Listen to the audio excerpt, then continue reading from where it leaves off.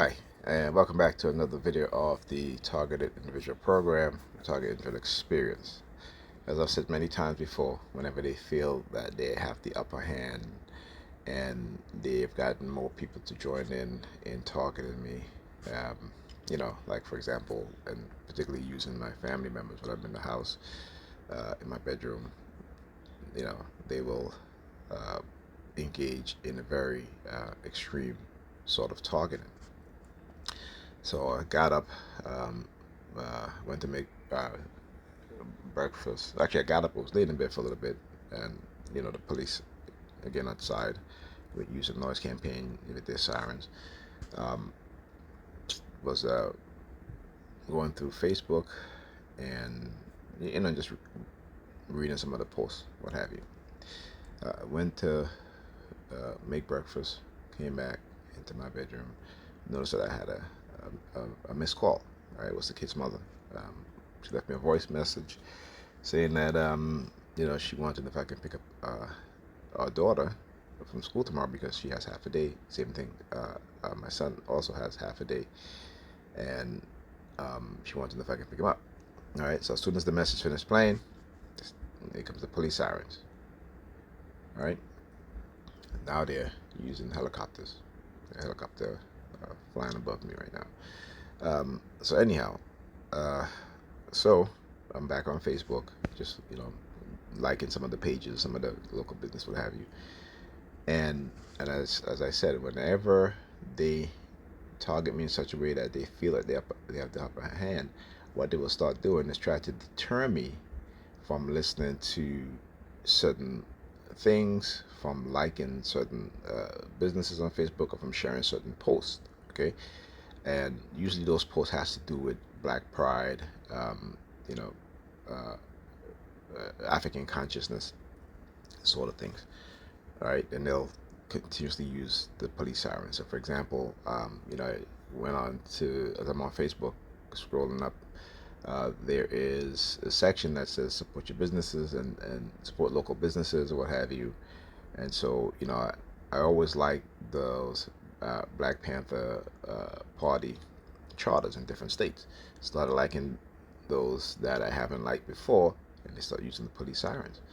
Uh, then anything that has to do with Kemet, all right, ancient Kemet, which is what is called Egypt today, they will start to use the police sirens, right? And again, they don't want black people to wake up. They don't want black people to realize that the amount of lies and deception that have been done to us.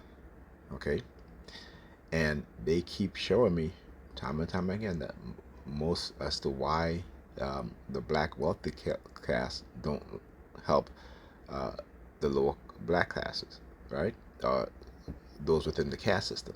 You just hear my upstairs neighbor knocking on the floor above me as I said that, and it's because we're being set up.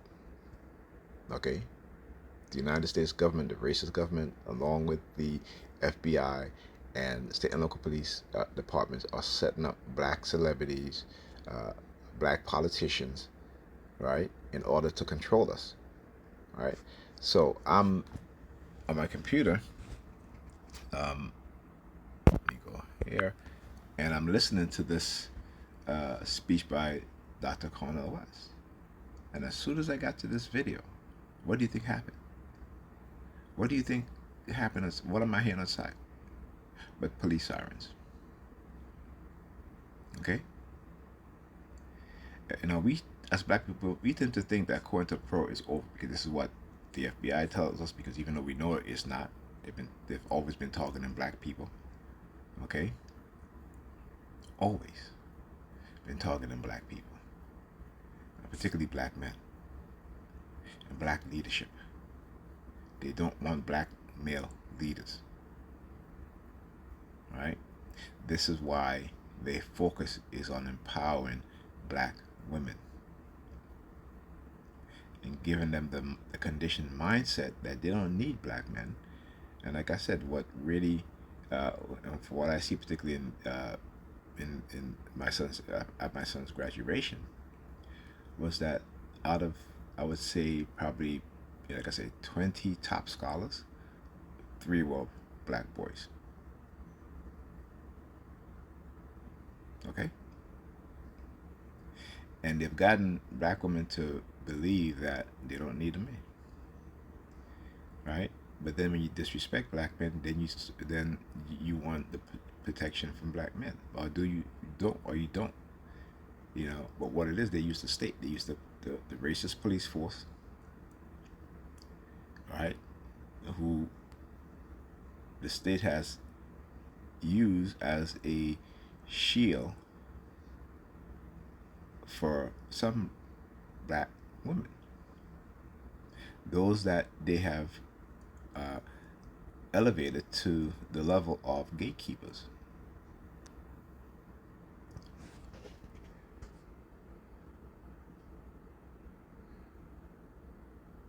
Okay, so I don't know what happened to my video, um,